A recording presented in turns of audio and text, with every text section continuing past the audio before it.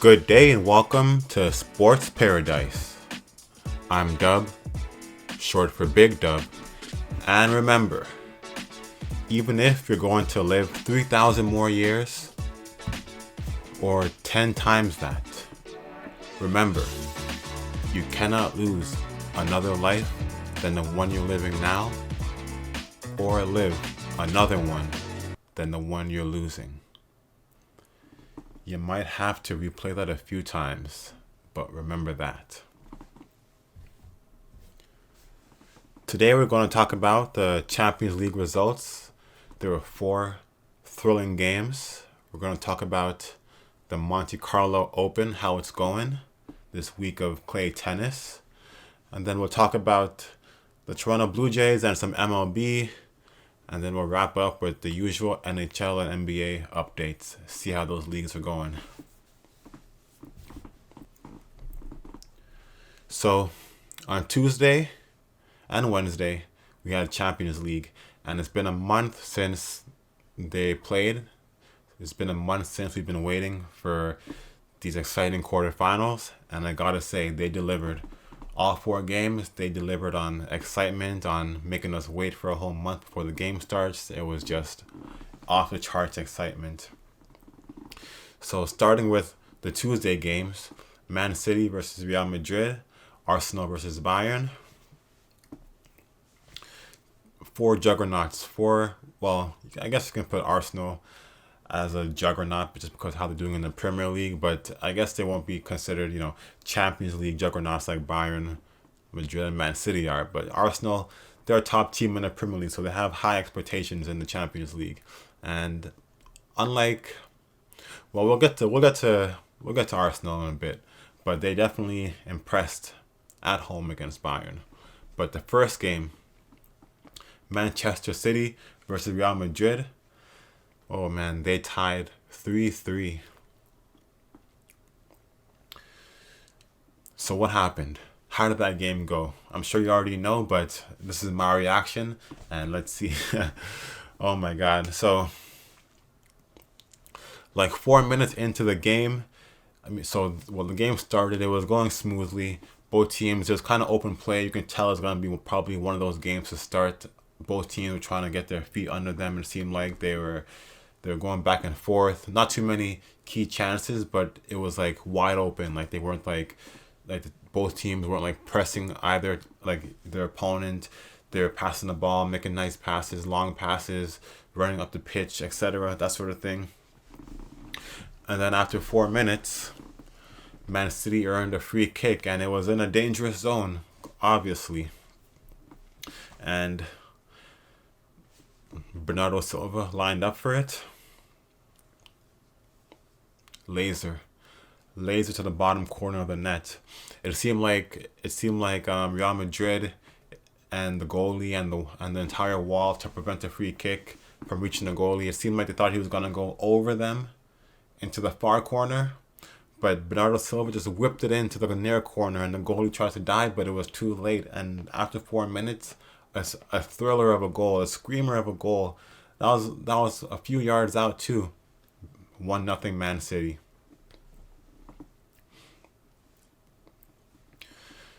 That wasn't it though for the first half.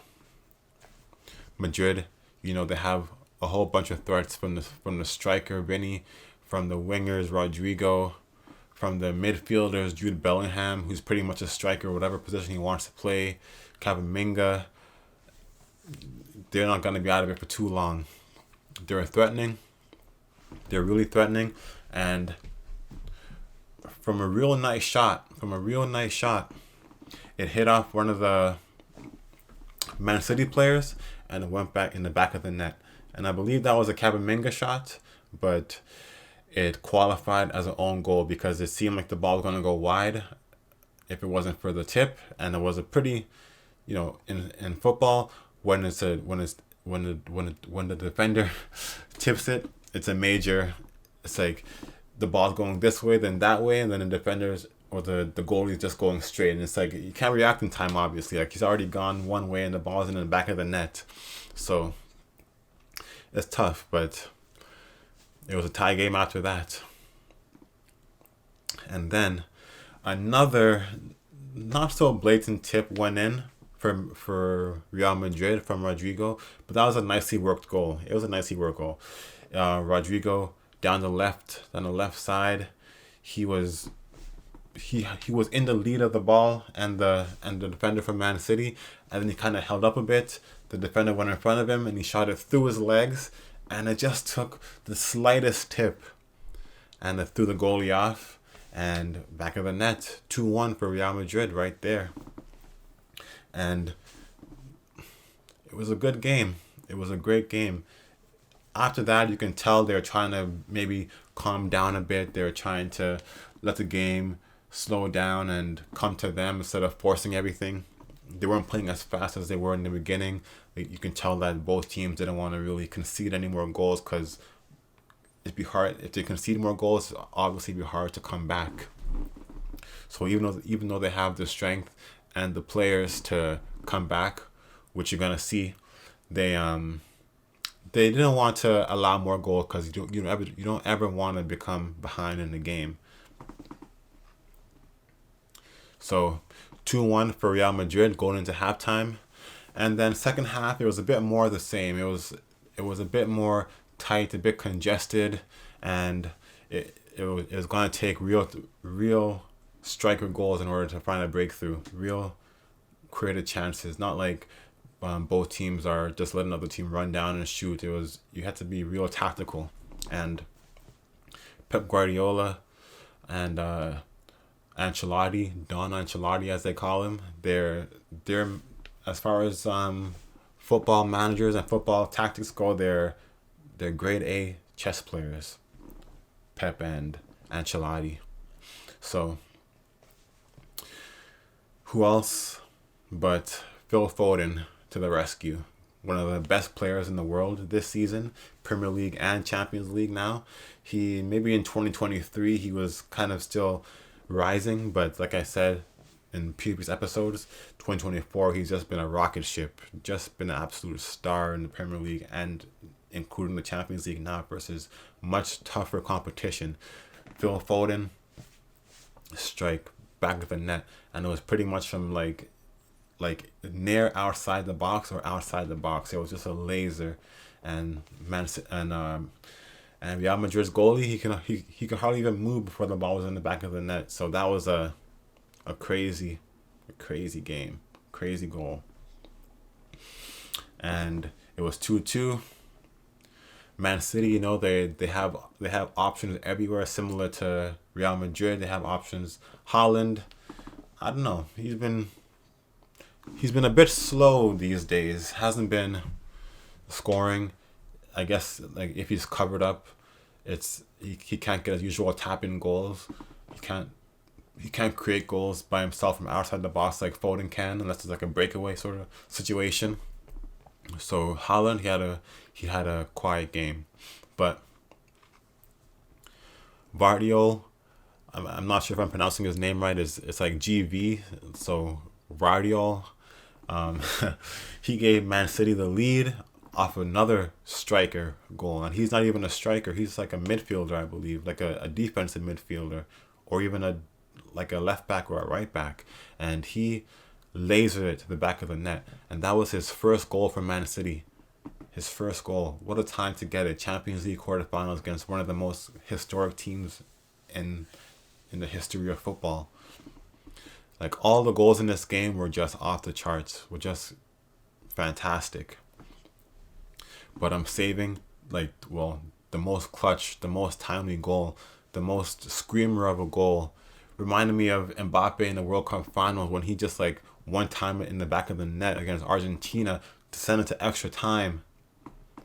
Except this was on the right side, I believe, and Mbappe's was on the left side. But Vinny Jr. going down the wing, he sees Valverde going down the opposite wing. He's not even at the spot. It's just like the foresight to see where the ball has to be placed. And Vinny Jr. Bam, kick it over all the defenders across the entire box. Valverde runs up to the ball before it even touches the ground, or as soon as it touches the ground, one touch, one timer, back of the net. Like the ball went like one timer to the side where it came from. So the goalie, he couldn't react fast enough, and that's what happened. The Real Madrid Valverde, incredible goal, incredible pass, and that was a world class game. Like I said many times, I don't know why this game is in the quarterfinals. You want to see it in the Champions League finals, but at least, I mean, if it was in the Champions League finals, it'd only be one game, but at least you get 2 games. And now going into the next leg on Wednesday, it's gonna be tied 3-3. They're gonna be at the Etihad at Man City's home stadium in England, Manchester. So that could be another goal-infested game, and I hope it is.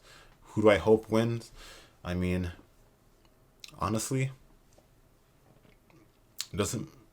I'm on. I just want to see a great game. I guess while I was watching it, I was kind of leaning towards Man City just due to the whole England part of it. I'm not really tired of Man City winning. So they could win as much as they want as far as I'm concerned, unless Chelsea's going to say something about that. So good for Man City if they win. But Wednesday, 3 p.m. at the Etihad is going to be scenes. It's not even a bold prediction, but it's going to be scenes.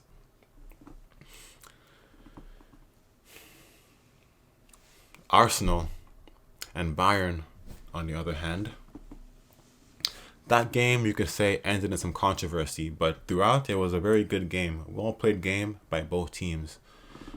Bayern in the Bundesliga, in their domestic league cup, they haven't been doing well. They're already out to, this is the Champions League is all they have now, pretty much.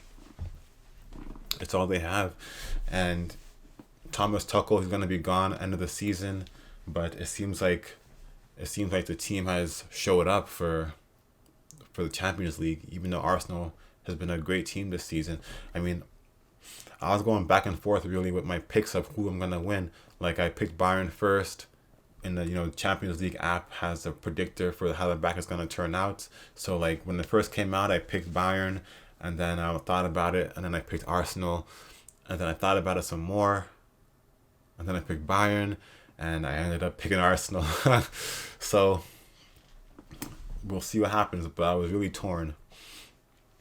So that game started with Bukayo Saka, a nice goal from him. It was well placed in the corner of the net, and the goalie couldn't reach it. And Bukayo Saka is still a world-class player. Last year, I feel like he was even better, and now it seems like Foden has taken his place. It seems like if Chelsea was a top 4 team, Cole Palmer will be taking this place. Honestly, I wish that Enzo Fernandez had some sort of shot in him. Like he scored that massive goal against Martinez and Aston Villa in the FA Cup match, but besides that, he hasn't really scored a goal for Chelsea that was like off a nice shot, like Cole Palmer has. But Cole Palmer's the only one. While Mudryk, Gallagher has some great goals, Jackson has some great goals, but I wish Enzo had a shot because he's just missing that piece, I think. He's a great playmaker. Anyways, I'm talking about Enzo. I love Chelsea. Enzo's great. He's Chelsea for life. But yeah, Bukayo Saka scored, made it 1-0. And then that game was, I guess it was kind of fast paced too. Bayern, they like to really run the ball up. Arsenal, they don't really concede goals in the Premier League, but Champions League is a different story. And Arsenal can really score goals a lot. And Bayern, I mean, they're supposed to not really concede a lot of goals because they have like a pretty stacked team from top to bottom. But like I said, this season has been a major struggle for them. But in the Champions League, team with Thomas Tuchel can motivate them to play well. So going down 1-0, I thought, oh gosh, it could be 2-0 for Arsenal pretty soon, maybe 3-0. But Bayern came back. They showed some spine, some heart, and before you know it, it was It was 1-1. Some miscommunication from Arsenal led to a great Bayern counterattack, and they tied the game off a nice finish. And then another, I don't know if it was more miscommunication, but in that same half, like Sane was running the ball into the box, making his moves, like juking around, almost got a free spot for a nice shot at the goalie. That probably would have been a goal, if he placed it well. And then out of nowhere, Arsenal defender came and clipped him, ran him down, penalty. Ref points for the spot, penalty, just like that. Who else but Harry Kane to finish it? And Harry Kane's specialty is finishing penalties, except in the World Cup when he was playing for England and he missed that penalty against France, But what do you think is more pressure, World Cup or... Yeah, the World Cup is way more pressure than Champions League. But especially when you're playing for a team like England, who hasn't won a World Cup in I don't know how long, I don't know if they ever, or if it's been a long time, but no, it has been a long time if they ever won. But you got to assume that England hasn't won a World Cup. But Harry Kane is the captain of England, and, we're going to see the Euros this season, how England does. So Bayern was up 2-0 going into, or 2-1, going into halftime. And the game, you kind of thought that, Arsenal was at home, so they're gonna probably tie it up sooner rather than later. It's just if they could tie it up and take the lead going back to Germany for the next leg. With around 20-25 minutes ago, Mikel Arteta, the Arsenal manager, brought in some key substitutes, and similar to how Leroy Sané was running to the box. I forgot which Arsenal player it was who was running into the box. He was making some nice moves. Good footwork. The defenders of Bayern didn't want to stick a foot out, trip him, cause a penalty. So the Arsenal player was just cruising into the box. He found Leandro Trossard, and Trossard snuck it right into the back of the net, outside of Neuer's reach. And with that, it was 2-2. Here's where the controversy comes in, though. And honestly, I wish that I could show clips, but ever since my video, like I said before, wasn't allowed to be played on YouTube because of a clip I showed of Cole Palmer's game-winning goal against Man United, I'm just gonna not bother putting pics. So I'm gonna try to use my descriptive words to make you visualize what happened. But I'm sure everyone watching has already seen. Bukayo Saka pretty much had a one-on-one with Manuel Neuer. Bukayo Saka, Arsenal winger/striker. Manuel Neuer, Bayern Munich goaltender, probably the best one in the world, arguably, for Germany. And Bukayo Saka had a one-on-one it was like a little on the right side mostly, so it wasn't a clear shot, but honestly, he could have shot it sooner rather than later. And Manuel Neuer came out and he was like trying to make himself look big to make try to, if Saka shot it, it would save him, or try to he would mess up and his defenders would be able to come around and protect the empty net. But it seemed like, to me, what I saw, it seemed like Manuel Neuer came out, and as Saka was running by him, as he was running out, and as Saka was running by him, Manuel Neuer kind of stuck his leg out. And Bukayo Saka tripped, and I thought right then and there, penalty for Arsenal, game over, 3-2 win, going back to Bayern Munich Stadium for the next leg. I thought so, but it wasn't a penalty. The more you watch it, the more you can see it's true that Manuel Neuer, what I saw, he stuck his leg out to come out and defend it and stop Saka from going around him. But it also seemed like Saka kind of stuck his leg out into the leg that Manuel Neuer stuck out, so causing himself to trip. So a lot of reactions were saying that Saka dove and he stuck his leg out at Manuel Neuer, and he was just trying to draw a penalty and all that. But it's a real tough call, I would say. Like, to this day, 2 days ago to this day, I don't know what I would decide, but I feel like, honestly, it's so tough to decide. I don't know. I really don't know. Like, from both angles you see, it does seem like Saka stuck his leg out, and it does seem like Marouane Neuer stuck his leg out. So in that case, you have to, I guess it's a wash, right? Right? Um, it's a tough. That was probably one of the toughest decisions the referees had to make, and I'm surprised that it wasn't a penalty.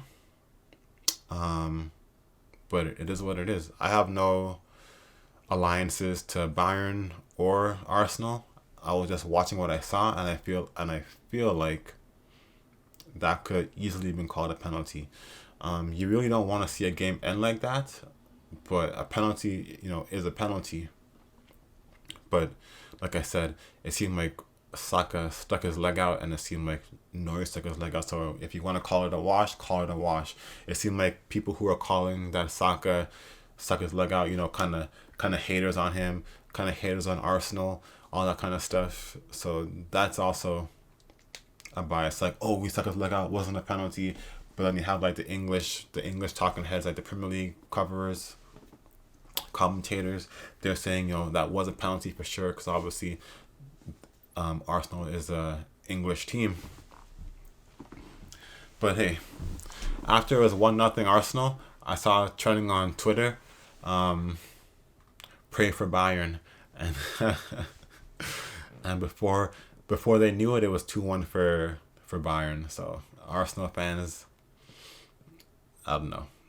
Football is so passionate. You just can never be right about anything. So going into the next leg, it's going to be in Germany. The tie is tied 2-2, and we'll see how that finishes. It's going to be another screamer of a game, just like Real Madrid, and just like Real Madrid versus Man City.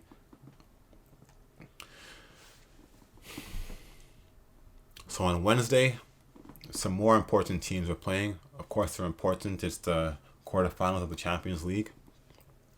PSG, Paris Saint-Germain, we're playing Barcelona, and Dortmund, we're facing Atletico Madrid.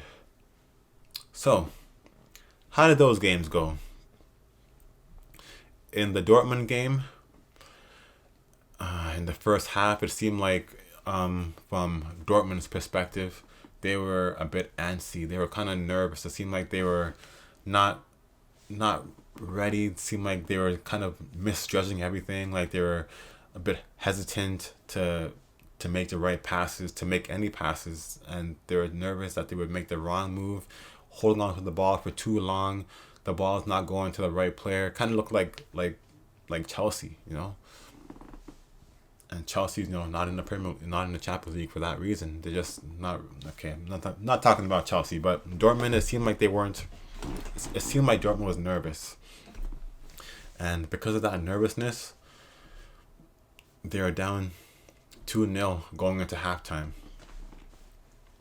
Of course, even though those 2 goals they allowed were kind of giveaways by Dortmund, you have to still give props to Atletico for finishing those goals.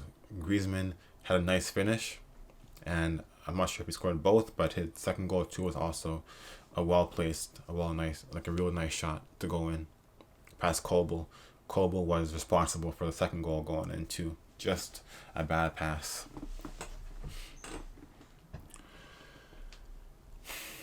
But in the second half, Dortmund, they were playing a lot better, but it wasn't enough.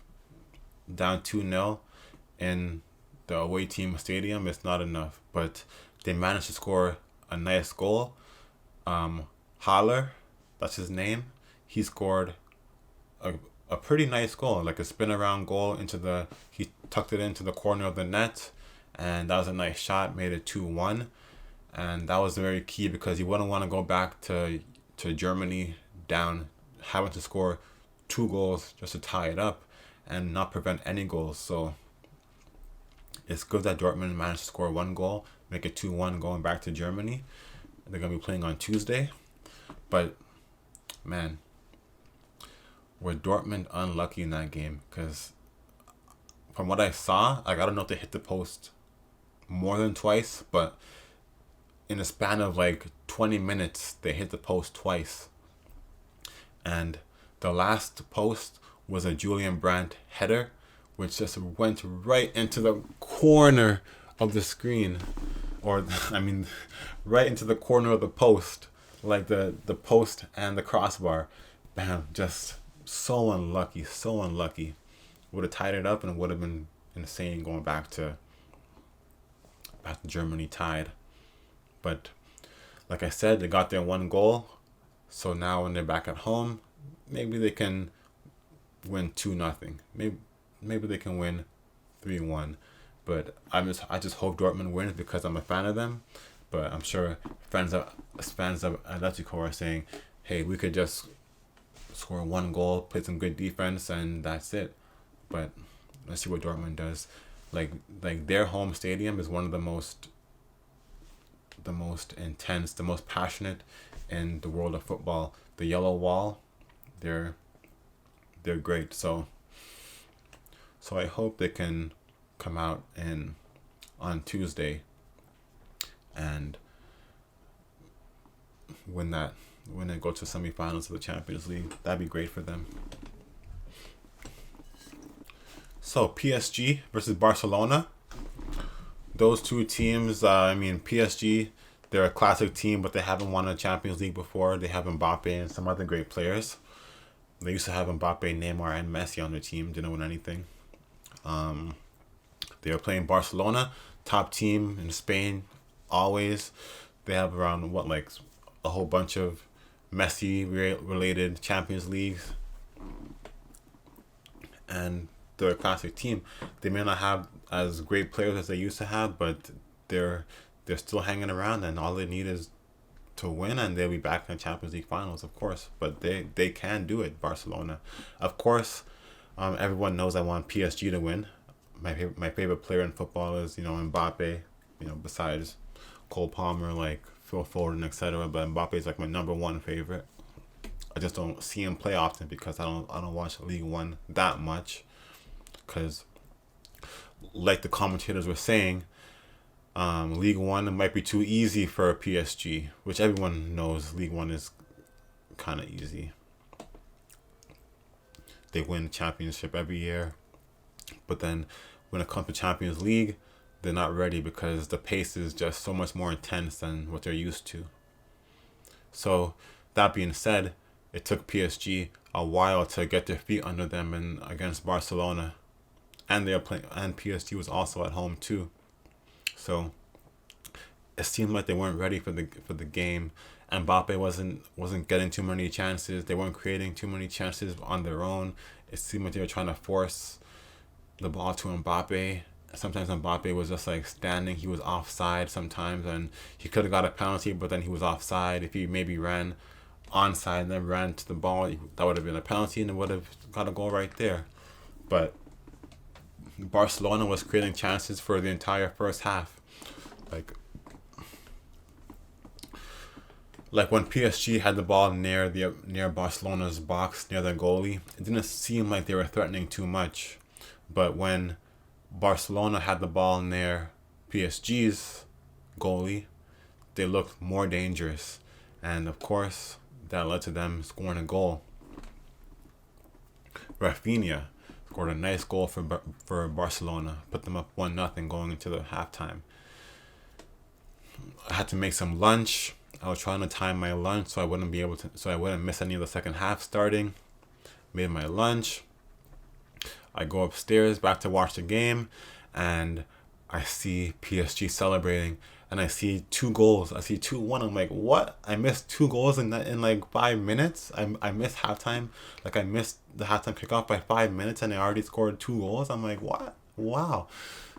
So honestly, I rewinded it a bit, and I saw Dembele's goal. That was a really nice setup goal. Mbappe passed it back to Dembele, a bit of like a giveaway from the Barcelona player, but then Dembele just wired it to the back of the net. Boom. He wired it. Dembele is a good player. It seemed like he was kind of on the bench a bit, but he's a good player.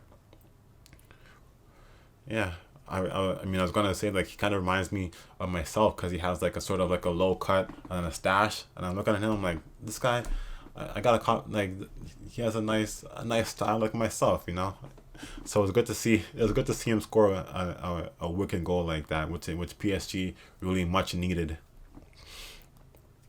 And then I rewinded it again, and then I caught up to the next goal they scored, and then that was a really well worked goal. Nice pass into the box, and then Bithinia, I believe his name is for PSG. He he didn't miss. He had his one opportunity to score and he didn't miss. Bam.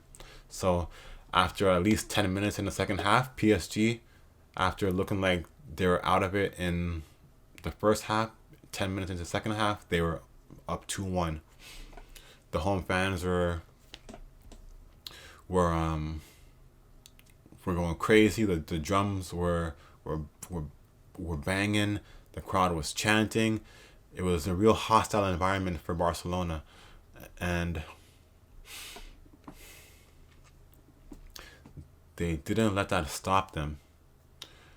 The manager for Barcelona, he brought on, I believe, Pedri, and as a substitution, and from like I believe a bit further, a bit closer than halfway, Pedri passed the ball, kicked it, lobbed it over the entire defender, the entire pitch pretty much, like half the pitch. Rafinha, the ball going like this, Rafinha's catching it like so. Perfect timing. Perfect first touch from Rafinha. Bam.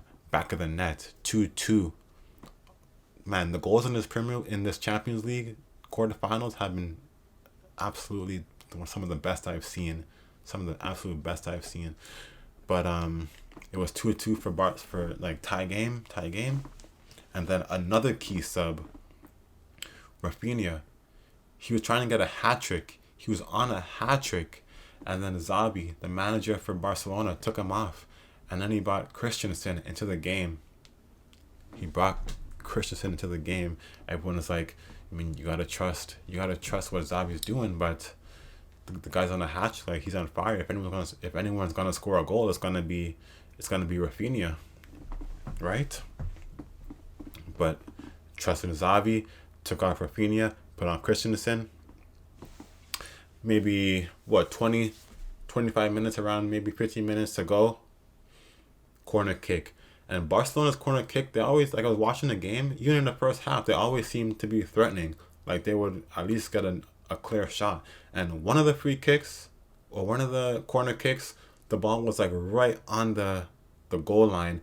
And one of the defenders for PSG cleared it. Bam, kicked it out.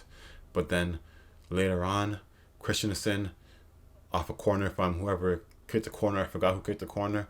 But Christensen recent sub for Rafinha, who's on a hat-trick, like I said. 2 goals in the game, a brace. Christensen going in for him, no pressure. Champions League, no pressure. Corner kick. Christensen jumps up, bam, heads it, back of the net. 3-2. 3-2 for Barcelona. PSG's at home, don't forget. So PSG, they couldn't do it. They couldn't come back. Honestly, they hit the post. They were close to tying it 3-3, but they hit the post with like minutes to go. They hit the post, man. And honestly, I'm disappointed because I want PSG to win. Like I like France's team. I like PSG. I like Mbappe. So I want them to win. At least that leg, at least against Barcelona, but they couldn't pull it off. So now they're gonna have to go back to Barcelona Stadium, down 3-2, next week Wednesday, and try to pull off a miracle. And I believe, it would be a miracle. Mbappe can do it, PSG can do it, but they're just not that team. I feel like not that Champions League team. They don't have that experience. They don't have that grit about them because they're just playing in a less challenging league. They're not used to this kind of level. Like, it comes at you quick.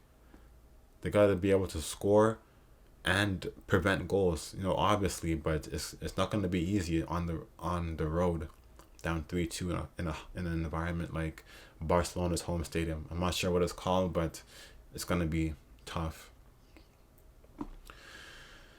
Okay, so just to recap, next week Tuesday,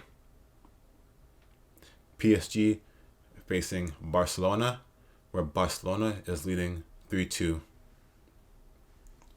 Next week Tuesday, Dortmund is facing Atletico Madrid, where Dortmund is down 2-1, and they're going to be playing in Germany.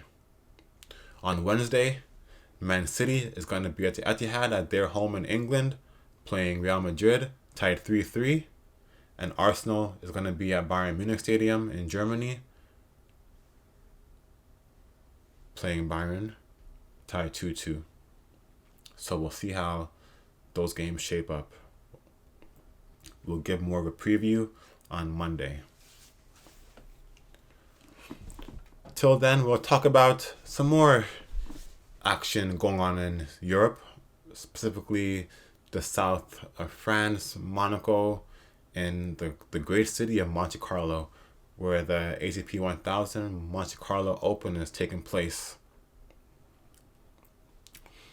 So the round of 16 finished up this morning, and they're going into the quarterfinals. The final 8 is going to be played tomorrow. So it's been an exciting tournament so far. I haven't seen all the games, all the matches. Like, I gotta wake up early, go to the gym, and but I managed to watch a few so far. An exciting one was Gael Monfils versus Daniil Medvedev, and leave it to Medvedev to put on a nice show for the crowd. Gael Monfils put on a nice show for the crowd, but yeah, Medvedev's always yelling at the chair umpires, but it seemed like he had a right to argue. Gael Monfils hit the ball. The ref called it in, even though it was out. Like the line umpire called it in, even though it was out, and that cost Medvedev, a point. But it seemed to rattle him a bit. Medvedev, Medvedev won the first set, I believe, 6-2, and then second set, Monfils, he was up 4-1, and it seemed like Medvedev was a bit rattled from that call by the umpire. But then he found himself, ultimately Medvedev is a better player than Monfils, and he just won 5 straight and won it 6-2, 6-4. So that was an exciting matchup. So the final 8 is here. If you recall my predictions, I picked Alcaraz to win, and I learned a couple of days ago that Alcaraz had to withdraw from the tournament due to a wrist injury. It's unfortunate, but hopefully he'll be ready for the next 1,000. I believe that's going to be in Spain. If not for that 1,000, hopefully he'll be ready for the Grand Slam, Roland Garros. He has to be. I'm praying he has to be. It's never, you want to see every player play, even though I prefer Sinner wins that, obviously, but I don't mind Alcaraz to win. I like Alcaraz. I feel like I wasn't wrong about my prediction. Like I said, he got injured, Alcaraz. So if I gotta pick a new player to win, I'm gonna pick Jannik Sinner. So who's in the final 8? So there's still a couple more to be decided, but so far, Stefanos Tsitsipas, who I have a habit of roasting, who I have a habit of saying isn't really that serious about playing tennis, he's in the final 8, and I learned that he won the Monte Carlo Open twice, so good for him.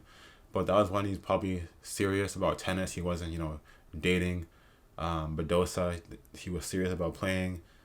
Wasn't concerned about, his image or dating like a cute girl, etc. But I gotta stop. But yeah, Tsitsipas is in, and in the quarterfinals he's playing Khachanov. Kashinov. Novak Djokovic, he's doing well. He's in the quarterfinals playing De Minaur, the Australian. Sinner is still waiting to see who he's going to play. And the other quarterfinal matchup isn't set yet, but Ruud and Hurkacz are currently playing. And Sonego and Humbert are currently playing, or they're going to be playing after the game of Ruud and Hurkacz is finished. So maybe it's Sinner Tsitsipas, maybe he's good on clay. Maybe he can make it to semifinals, finals. Sinner, I hope, wins. Maybe I want to see a Djokovic versus Sinner final. That'd be my ideal matchup. If Tsitsipas is playing good tennis, hey, I respect it. I do respect it. I just don't respect slacking off. And it seemed like lately he's been slacking off. So hopefully, if he can make sure that I'm not a hater, but obviously I prefer Sinner and Djokovic to make it to the finals. And we'll discuss those results on Monday, see how it goes.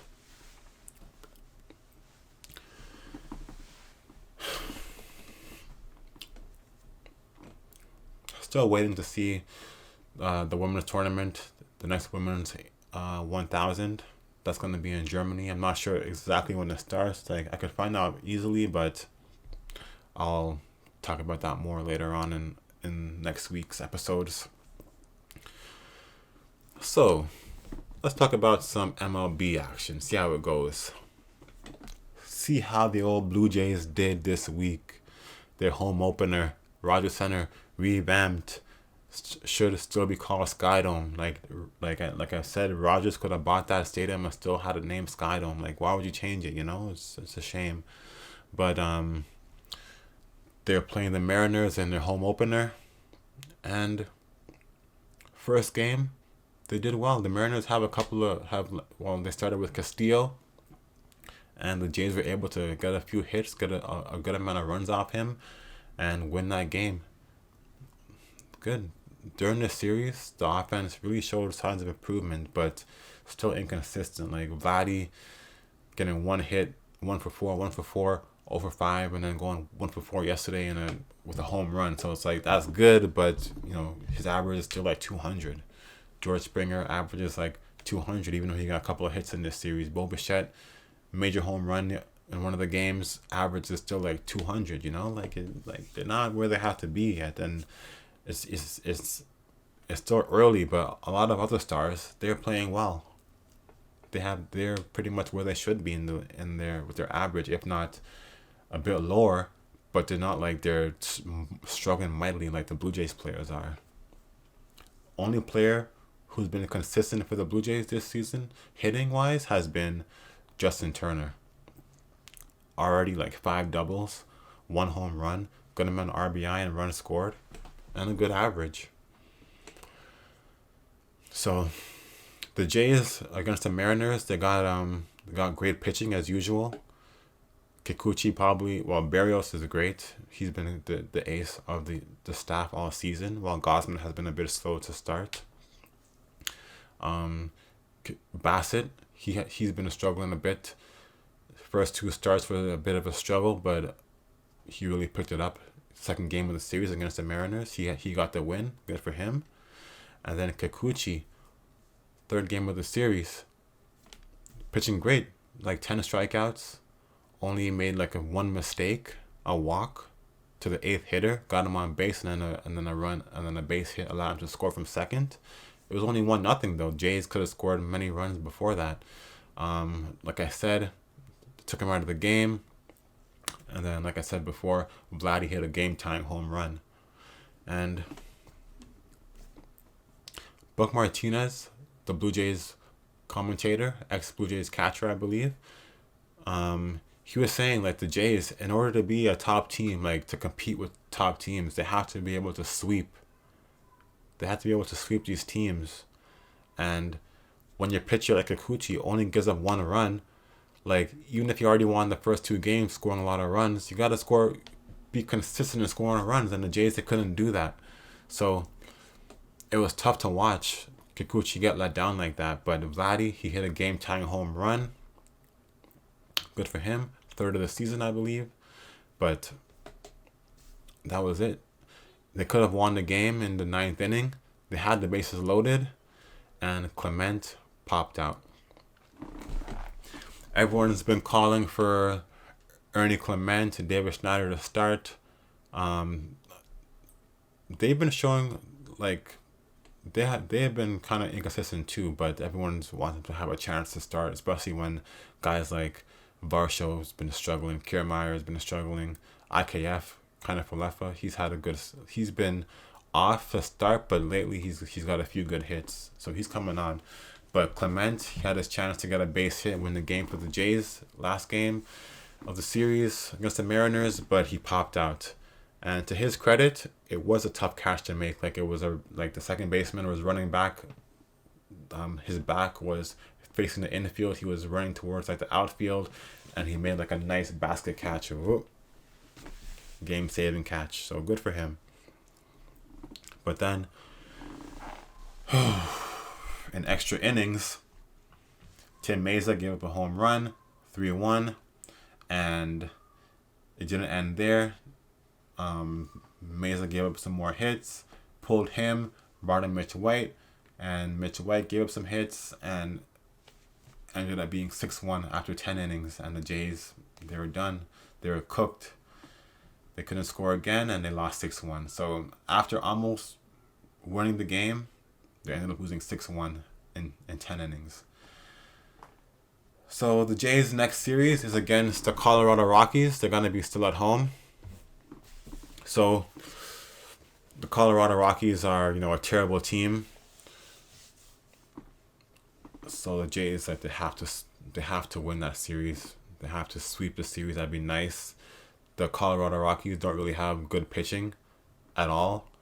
They have some good hitters, but they don't have good pitching. So the Jays should eat. They gotta bring their average up. Springer, Vladdy, Bichette.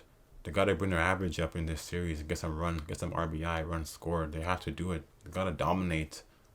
And honestly, I believe last season they did pretty well against every other team besides the AL East. So maybe this time around against the Rockies, they'll dominate again.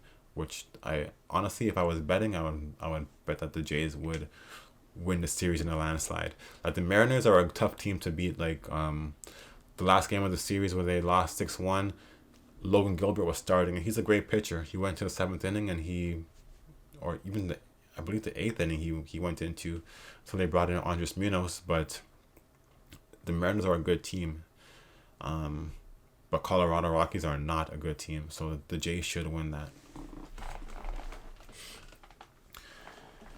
Some big news in the MLB though.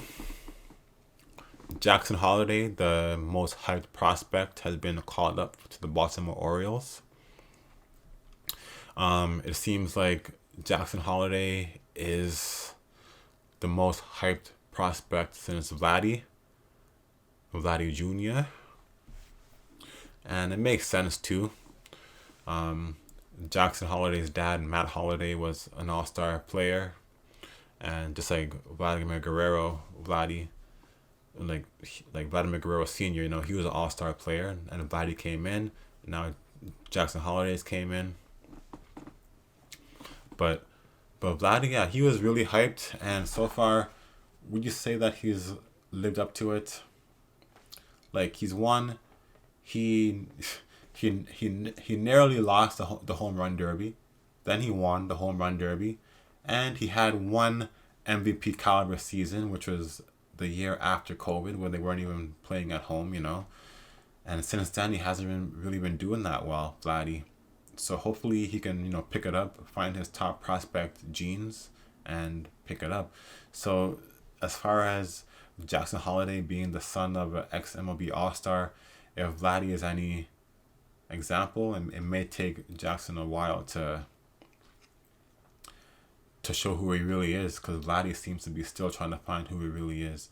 They're saying Jackson Holliday has great bat-to-ball skills, not going to strike out a lot, going to walk a lot, going to get some, he's just an amazing hitter, But in his first game, he went 0 for 4, which is not a big deal, of course, but he went 0 for 4, 2 strikeouts, but he did have a nice RBI. That was the key to helping the Orioles come back in that game. They won. They were down 5-0. the Orioles against Boston, and they won 7-5 in 2 innings. I was watching that game. So, my Rookie of the Year pick, Wyatt Langford, he's been doing okay so far, but he hasn't hit a home run yet. And I feel like if Jackson Holliday comes in and hits a home run like quicker than Wyatt Langford, then it's gonna be like Rookie of the Year race Wyatt Langford, Jackson Holliday. Like, just by being called up, like Jackson Holliday is already like at the same level, even though he has like no stats so far. So yeah, if Jackson hits a home run pretty soon, it's gonna be his to lose, I guess. But it's a long season, a whole bunch of games have to be played, a whole bunch of series to be played. So we'll see how that goes. I can't wait to see all these players come up. But like all the top prospects in the MLB, they're named Jackson. Like I would want my child to play baseball more than any sport, probably, besides maybe football, like soccer. But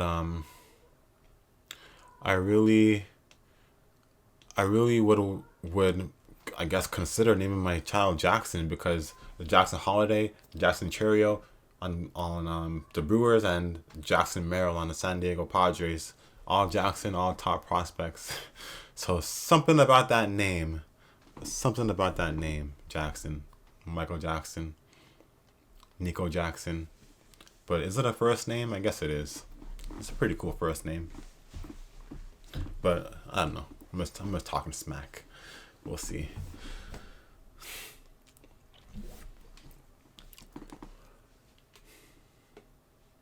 All right. So as you can see, I have my little prayer circle up behind me. Capitals jersey, Capitals Stanley Cup Champions T-shirt.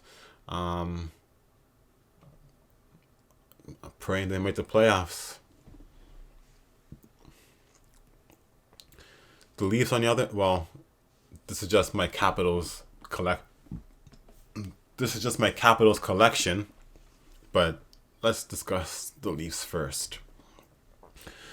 The Leafs are looking pretty good heading to the playoffs. Marner's back, and he's not even playing on the Matthews line. Matthews got Bertuzzi and Domi playing with him. And the Leafs are on a 3-game winning streak. They beat the Devils most recently, 5-2. And what's more is that Auston Matthews scored his 66th goal of the season. If you've been watching Sports Paradise from the start, back when it was Dubs Paradise, you probably saw me start when Matthews maybe had like 55 goals, maybe, I don't know. But during that time, I was like, man, is he going to pass it? Like, I love Ovi. I don't want him to pass it. I don't want it to be broken. Like, Matthews is not going to be compared to Ovechkin, not on my watch, etc., etc. And now he's finally broken it. He tied it, and now he's finally broken it. 66 goals in one season, the most in one season by an active player since Alexander Ovechkin. We will put respect on Ovechkin's name, because Ovechkin, there's nobody who can compare to him. Nobody who can compare to him. Matthews got to have a whole bunch of good seasons to get 851 goals, and then we'll compare him to Ovi to Auston Matthews, right? Okay. But honestly, Matthews is incredible, of course. Like, his 66th goal of the season, what a wicked shot that was. It was from just below the blue line. Bam, sniped right in the back of the net. Like, the goalie's like looking at where is he gonna shoot it? Top corner, top left corner, lower corner, lower corner.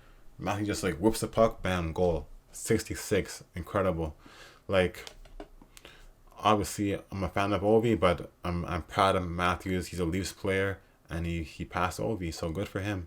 And I was doubting him, but I hope he scores 70. He might as well score 70. He might as well. Maybe he can do it tonight. The Leafs are at home playing New Jersey Devils. The Devils are out of the playoffs. The Leafs still trying to get home ice advantage against Florida in the playoffs.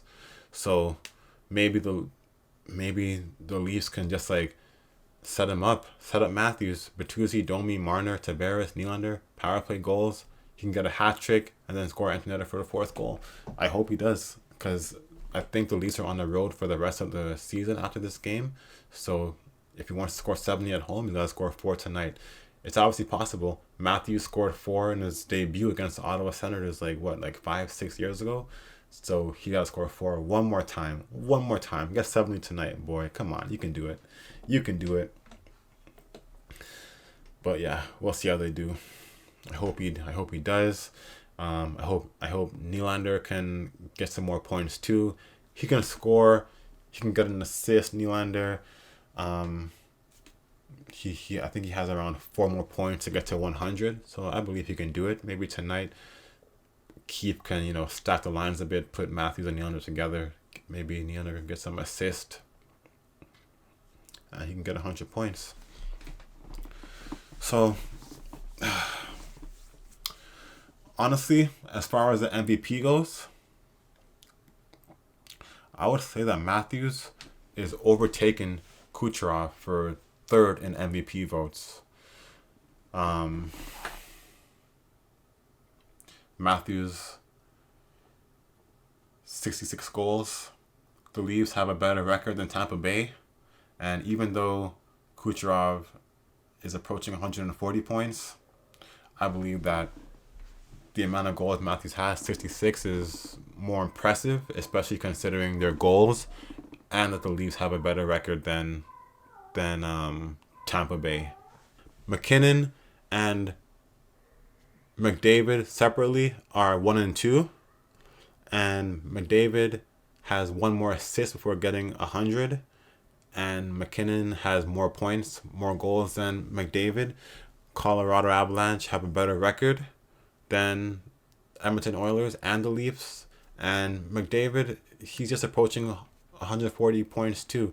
So even though Matthews has 66 goals, I would put McKinnon number 1, as I've always had him. But recently, at first, I thought it was going to be McKinnon 1, McDavid 2, Kucherov 3, but now McKinnon, McDavid, Matthews, Kucherov. If Matthews wins it, that'd be great, but I believe it's going to be McKinnon. And it's hard to say who deserves it, but maybe McKinnon kind of deserves it. Maybe McKinnon is due for one. He's Canadian. Everyone wants to see him get an MVP finally. He's been earning it. He's a Stanley Cup champion, So let's see who wins. But if I had a vote, maybe the show will get me a vote when I'm 50 whatever years old. You never know how far I'll get making this show. But if I had a vote, I would vote for McKinnon to win MVP.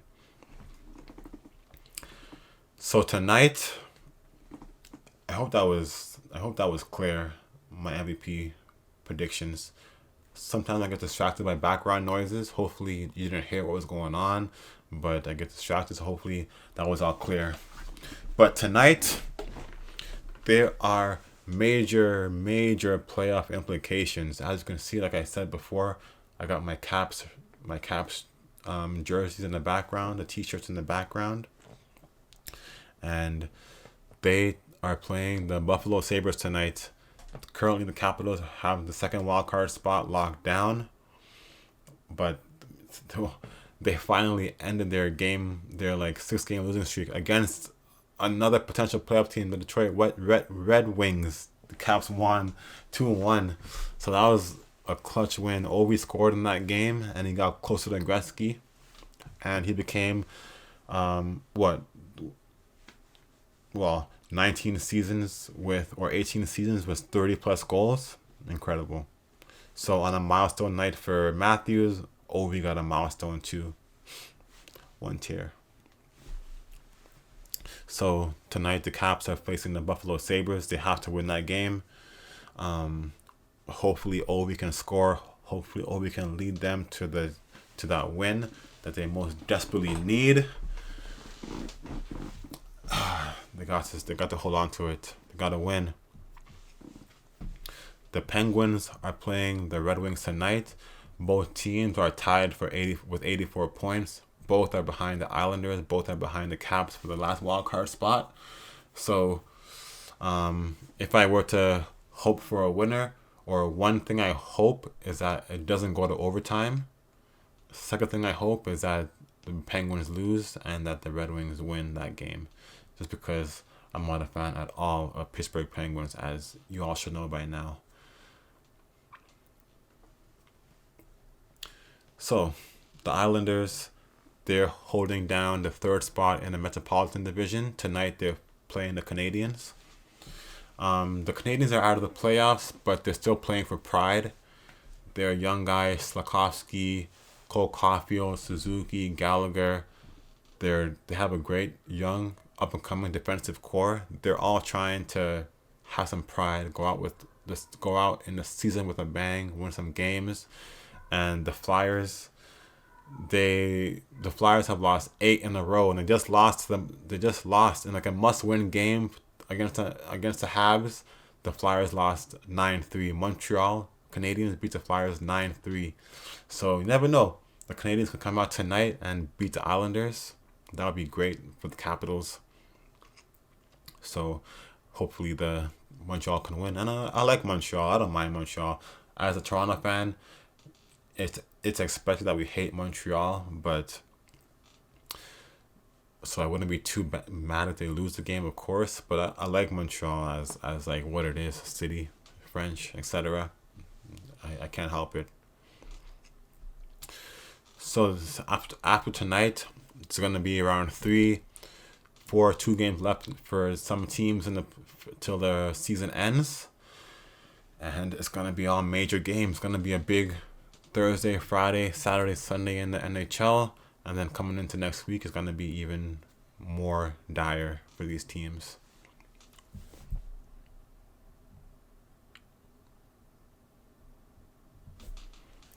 So speaking of playoffs, of course, it's that time of year for the winter spring sports. Basketball, the NBA, the Sixers, since Embiid came back, they haven't lost a game.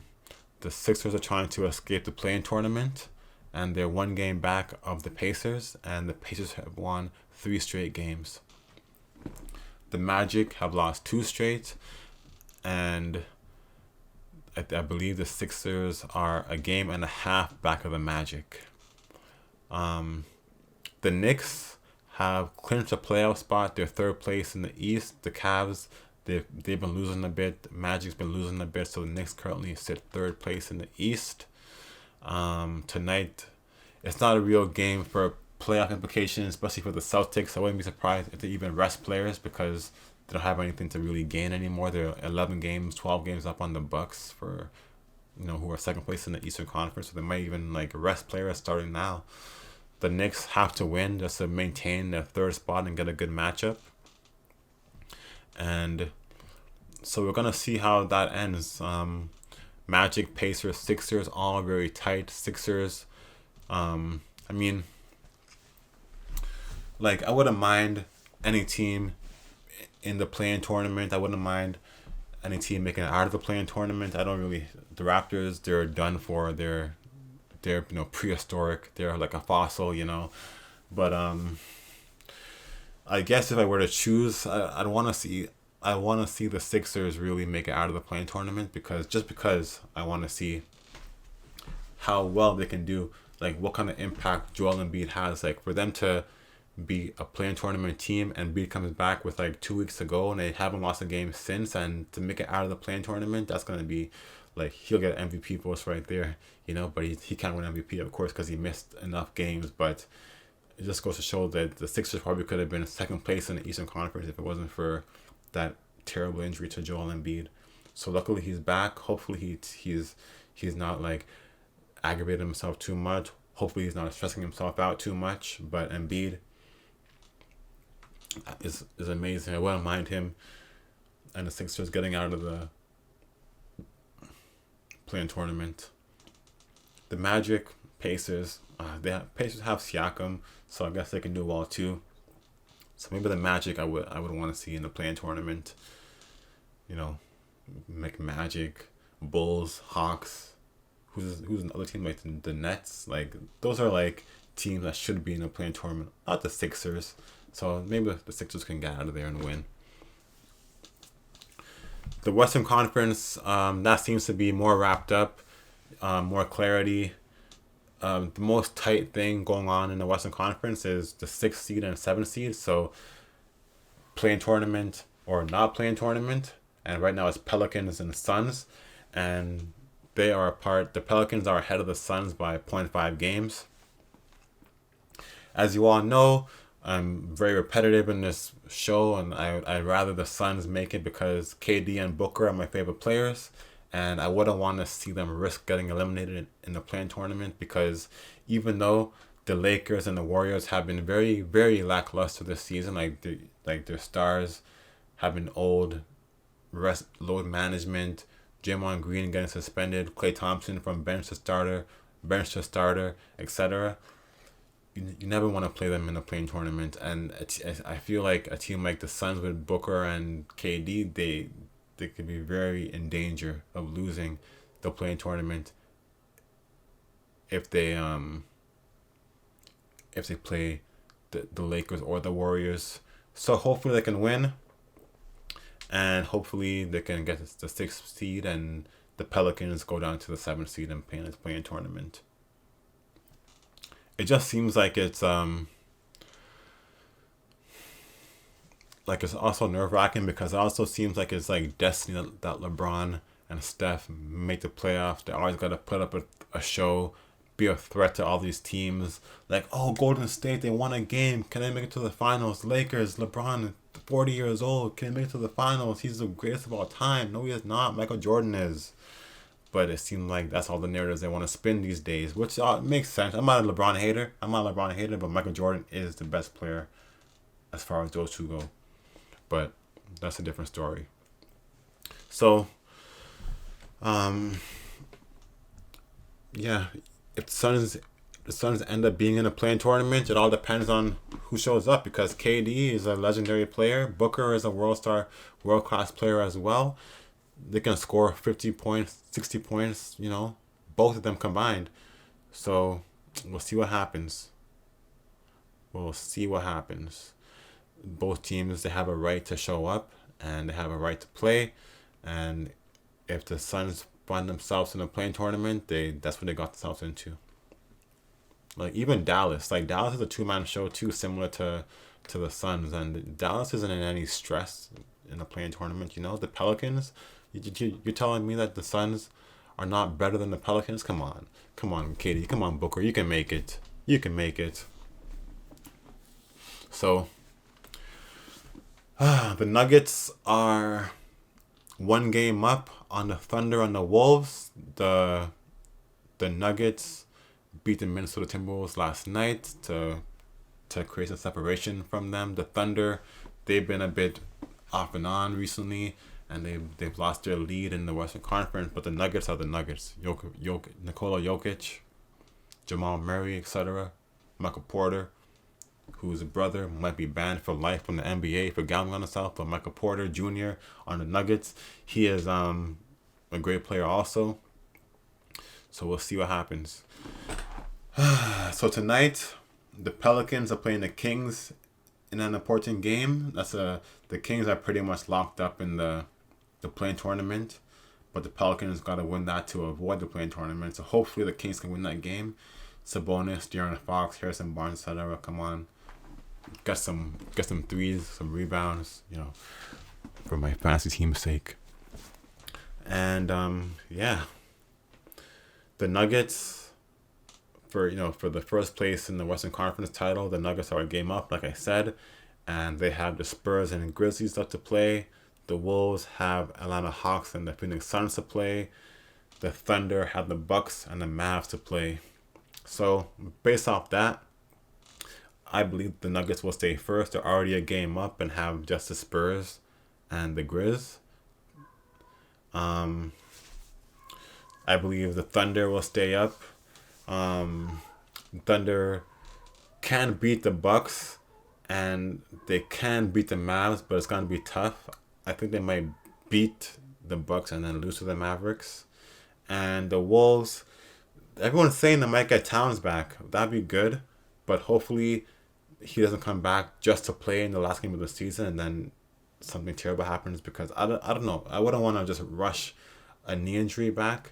You saw Joel Embiid do that, and he's been doing rather well, of course. But it's always risky with a knee injury, leg injuries for big men like Towns. So I would just say that he's gonna chill out the rest of the season, and the Wolves are gonna be third. I believe that they have the same record, the Thunder and the Wolves, but maybe the Thunder have won more games against the Wolves head to head, so the Thunder will be second place in the Western Conference, and the Wolves will be third. And then it's gonna be a major gauntlet of teams in the Western Conference to get to the NBA Finals. Crazy. Looking forward to it. Really, really, really looking forward to the playoffs this season. As a sports fan, this is what we wish. This is what we all wait for. The NBA in-season tournament was, nothing really.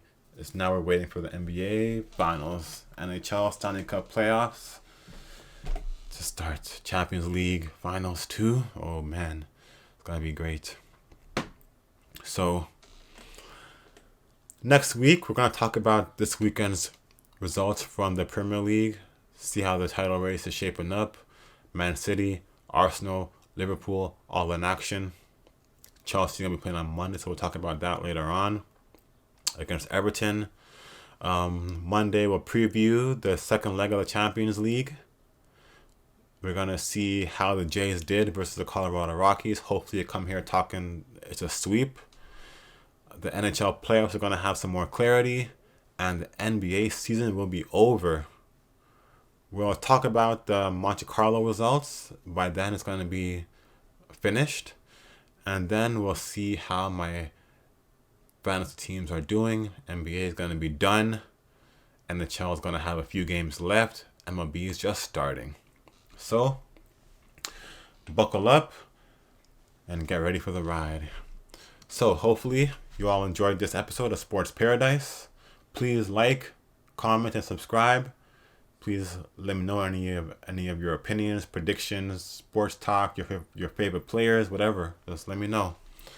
And remember, have a great rest of the day, great Friday, and a great weekend. Thank you for watching.